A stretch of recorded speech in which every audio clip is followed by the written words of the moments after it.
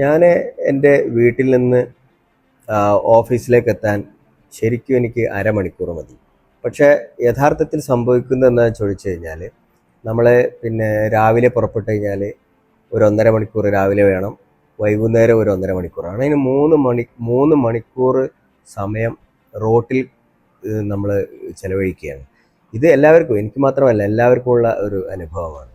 ഇത് യഥാർത്ഥത്തിൽ ഈ ട്രാഫിക് ജാമുകൾ, അതായത് ഒരു പാലം പണി നടക്കുന്നുണ്ട്, ആ പാലം പണി നടക്കുന്നുണ്ടെങ്കിൽ ബദൽ പാത രൂപാന്തരപ്പെടുത്തി തൽക്കാലം വഴി തിരിച്ചുവിടുകയോ അല്ലെങ്കിൽ വൺ വേ റൂട്ടാക്കി മാറ്റുകയോ ചെയ്തു കഴിഞ്ഞാൽ ഒരുപാട് സമയം ലാഭിക്കുക.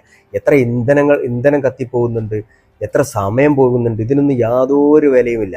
എത്ര കാലം വേണമെങ്കിലും ഒരു പാലമില്ലാതെയോ അല്ലെങ്കിൽ പാലം താറുമാറായി കഴിഞ്ഞാലോ അല്ലെങ്കിൽ റോഡ് ട്രാഫിക് ബ്ലോക്ക് ആണെങ്കിലോ ഒരു സമരം പോലും നമ്മുടെ നാട്ടിൽ ഉണ്ടാവാറില്ല. നിങ്ങൾ ശ്രദ്ധിച്ചിട്ടുണ്ടാവും. അതായത് കാര്യമുള്ള ഒരു സംഗതിക്ക് ഒരു സമരം ഉണ്ടാവില്ല. അതേസമയം ഒരു ചെറിയ പ്രസ്താവനയ്ക്ക് പിന്നിൽ ജനങ്ങൾ, യുവാക്കൾ പാർട്ടിയുടെ പ്ലക്കാർഡുകൾ എന്തി സമരം ചെയ്യുന്ന വളരെ പരിഹാസമായ ഒരു രീതികൾ കാണാറുണ്ട്. അത് വളരെ അത്യാവശ്യമായ കാര്യങ്ങൾക്ക് വേണ്ടി സമരമില്ലാതിരിക്കുകയും, എന്നാൽ നിസാരമായ കാര്യങ്ങൾക്ക് വേണ്ടി സമരവും സംഘടനയും നമ്മുടെ സമയവും ചെലവഴിക്കുക എന്ന് പറയുന്നത് വളരെ ഒരു അർത്ഥശൂന്യമായ കാര്യങ്ങളാണ്. ഇപ്പം ഒരു മതത്തെക്കുറിച്ച് എന്തെങ്കിലും ഒരു പ്രസ്താവന ഇറങ്ങിക്കഴിഞ്ഞാൽ അതിനുവേണ്ടി എല്ലാവരും രംഗത്തിറങ്ങും. എൻ്റെ ജീവിതത്തെ നേരിട്ട് ബാധിക്കുന്ന പ്രശ്നത്തിന് വേണ്ടി, അല്ലെങ്കിൽ സമൂഹത്തിൻ്റെ നേരിട്ട് ജീവിതത്തിനെ ബാധിക്കുന്ന ഒരു പ്രശ്നത്തിന് വേണ്ടി ആരും തെരുവിലിറങ്ങാറില്ല.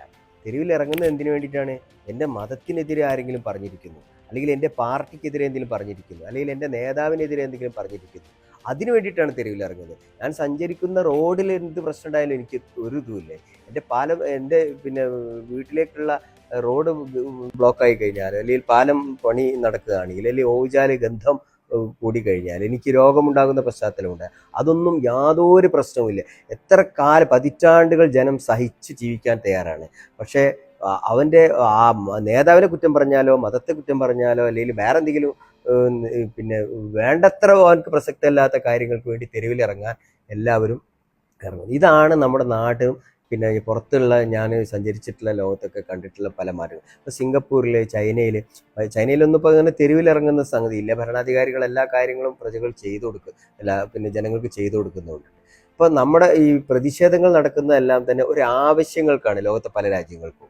നമ്മുടെ ഇവിടെ യഥാർത്ഥത്തിൽ അതായത് നമ്മുടെ കാറ്റഗറി തിരിച്ചു കഴിഞ്ഞാൽ ഏറ്റവും പുറകെ കിടക്കുന്ന ആവശ്യത്തിന് വേണ്ടിയിട്ടായിരിക്കും ജനം തെരുവിലിറങ്ങിയിട്ടുണ്ടാവുക.